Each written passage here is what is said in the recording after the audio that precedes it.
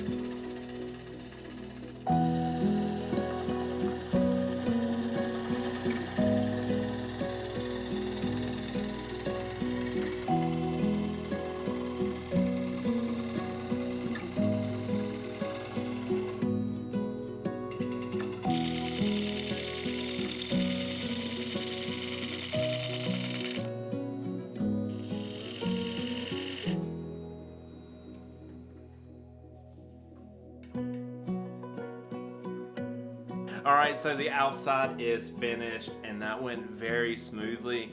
I decided on the last minute there to add this little beaded detail. I actually had a miscut there and it kind of resembled the way a bead would look.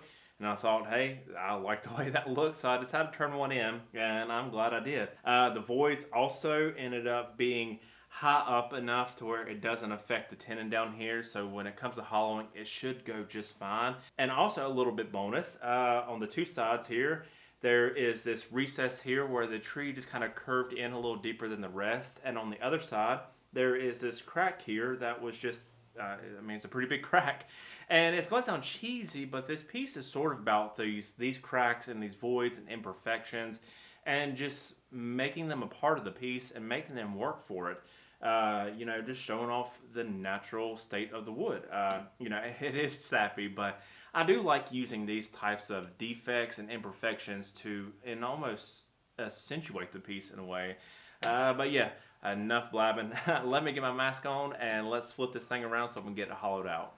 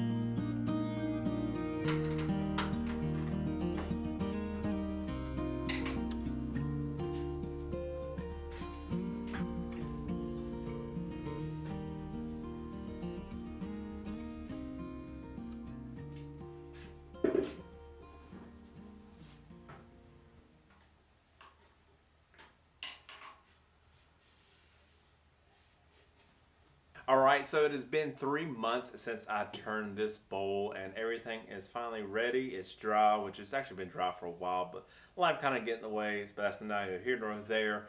Everything's ready to go. It is ready to be finished. I have my cord here. I decided to go with a leather cord. I thought between the contrast of the brown leather and the lightness of this wood with little hints of brown, I thought that would look really pretty together. And I thought just, black or something like that would have been too harsh of a contrast, but I think this nice subtle brown would look really pretty with this. So my thought process though with whole this, since I've never done this before, is I want to get the bowl completely finished, or at least up until 220 grit on both the inside and outside. Then what I'll do is I'll go through and plan where I'm going to drill the holes for the leather stitching, and then drill the holes, and then do the final sanding with 320 just in case there's any scratches I need to get out. Once I do that, I'll oil it first, and then we will put the leather stitching in once it's all said and done. And I just think that would be the smartest way to do it, or at least keep the stitching till the last, just in case anything happens that I need to sand the bowl anymore. We'll see. I don't know. I'm really, playing this by ear, just seeing what happens. But yeah, let me get my mask on so we can get this bowl finally finished.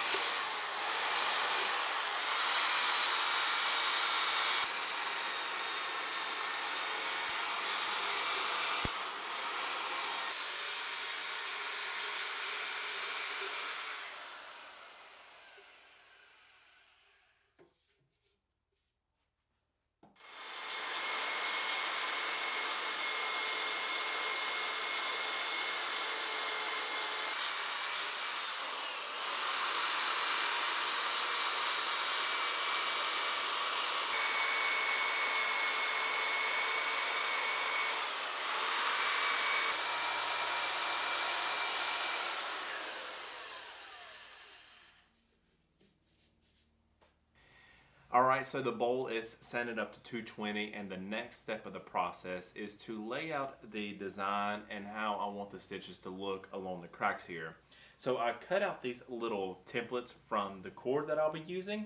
So what I'm going to do is play around with these little stitches a little bit more and figure out a layout that I want to do. And I do know I want to keep it kind of minimal and simple because I don't want to take away from this wood.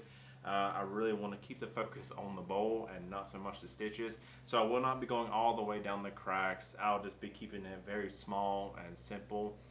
Just a nice little added detail. But yeah, so let me get these laid out, and once I do that, I'll check back in.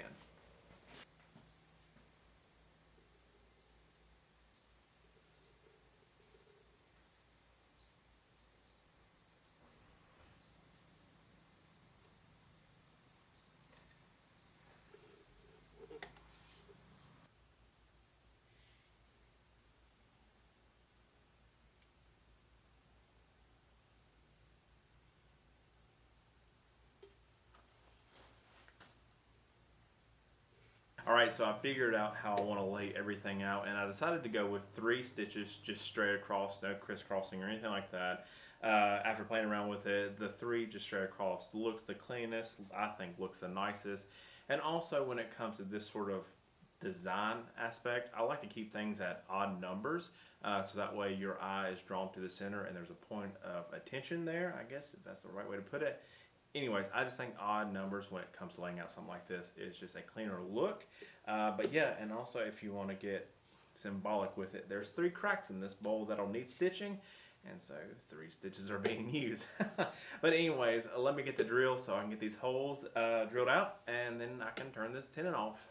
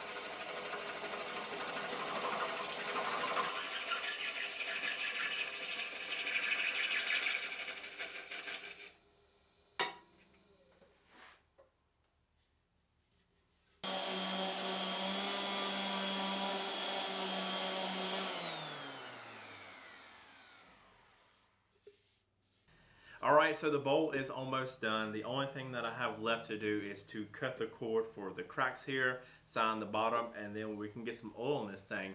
However, I do want to do a dry fit, I guess, of the stitches because I'm really curious to see what it's going to look like. Because like I said, I'm not going to fix the stitches in until the piece is oiled, but I just want to know what it's going to look like. So let me get that done so we can finally call this piece finished.